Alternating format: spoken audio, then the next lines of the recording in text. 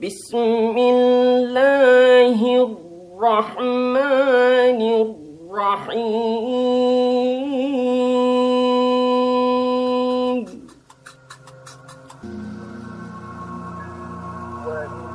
inestimable collection de photographies qu'on croyait à jamais disparues vient de réapparaître. Entre les années 1920 et 1930, Gotthelf Bergstrasser, un chercheur orientaliste allemand, parcourut la Méditerranée de la Turquie au Maroc en passant par Damas et le Caire jusqu'aux grandes bibliothèques européennes à la recherche de Corans du 1er siècle de l'islam.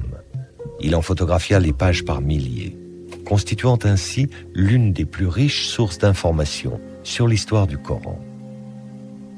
Dans la lignée des grands orientalistes allemands, Gotthelf Bergstrasser avait pour projet d'approfondir la recherche sur le texte coranique. Mais son rêve s'est achevé, en pleine guerre, en 1944. L'Académie des sciences de Bavière a été bombardée. On déclara les archives détruites, anéanties. Les archives de Bergstrasser avaient été en fait volontairement dissimulées, peut-être par crainte à l'époque d'engager une analyse du Coran probablement jugée trop sensible. Retrouvées en 2007, elles ont été confiées à une unité de recherche de l'Académie des sciences humaines de Brandebourg, appelée Corpus Coranicum, et dirigée par le professeur Angelika Neuwirth. Pour elle et son équipe, le fonds photographique de Bergstrasser, par sa richesse, augure de plusieurs années de recherche passionnantes et soulevant l'enthousiasme des scientifiques européens, comme avaient pu le faire il y a plus de 30 ans les fragments de Sanaa au Yémen. Que va-t-on découvrir?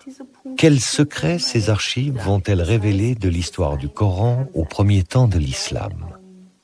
Il est encore trop tôt pour le dire, mais il est sûr que les archives de Bergstrasser offrent une opportunité nouvelle, exceptionnelle, d'élargir le champ d'analyse du Coran, mais avec une approche, aujourd'hui, partagée entre tradition scientifique et tradition musulmane. Nous essayons toujours de transcrire et d'analyser les manuscrits les plus anciens du Coran, car ils sont d'une plus grande importance et sont plus proches de l'époque à laquelle le Coran a été envoyé sur terre.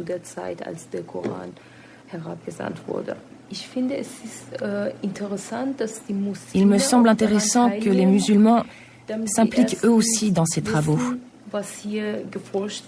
D'abord pour savoir quelles sont les recherches menées ici, avec quelle méthode, et ce que l'on pense du Coran en Occident. Ensuite, si les musulmans prennent part à ces études orientalistes, cela leur permettra peut-être de faire changer des opinions parfois défavorables à l'islam et au Coran, qui sous-entendent que tout cela est faux et falsifié.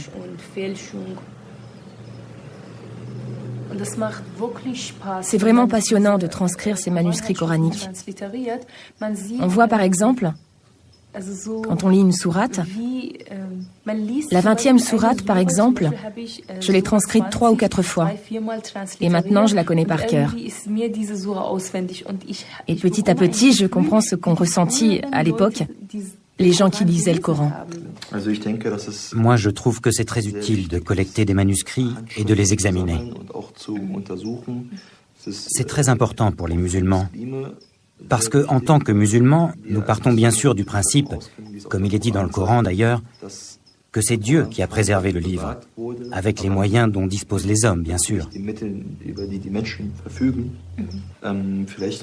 J'aurais peut-être une autre question. Comment ressens-tu finalement, en tant que musulmane, le fait de participer à un tel projet qui est quand même dirigé et qui a été mis en place par des orientalistes, c'est-à-dire par des scientifiques non musulmans? Cela ne m'a jamais vraiment posé de problème. Il est vrai que nous avons une autre approche du Coran. Nous le percevons vraiment en tant que livre saint. Et nous y voyons notre religion. Donc tu n'y vois pas de contradiction? Personnellement, moi non plus. Pour autant que je sois au courant de ce projet, je ne ressens pas là de contradiction. C'est vrai. Parce que ces gens travaillent de façon très objective. Et scientifique.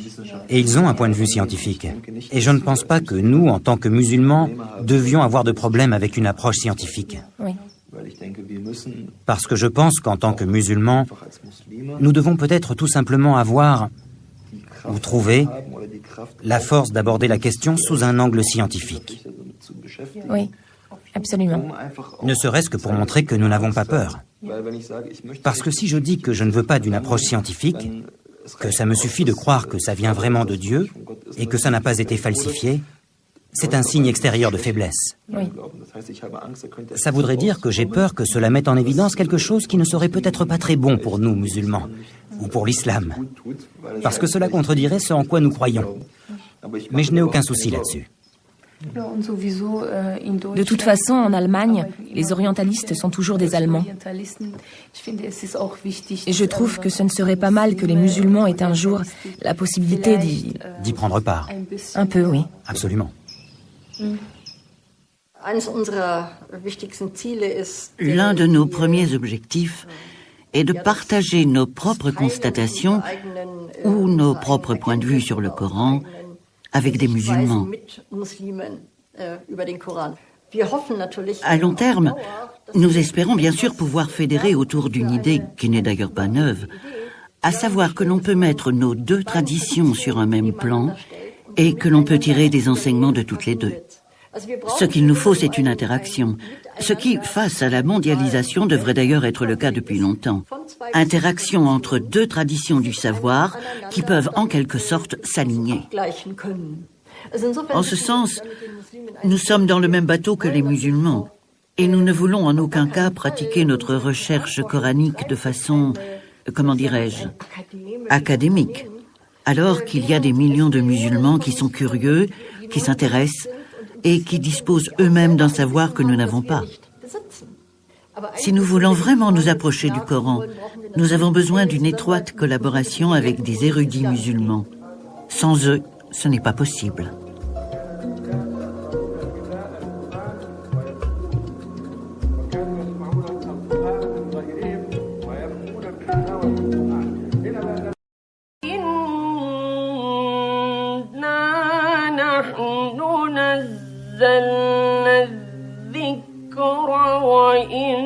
وإنا له لحافظون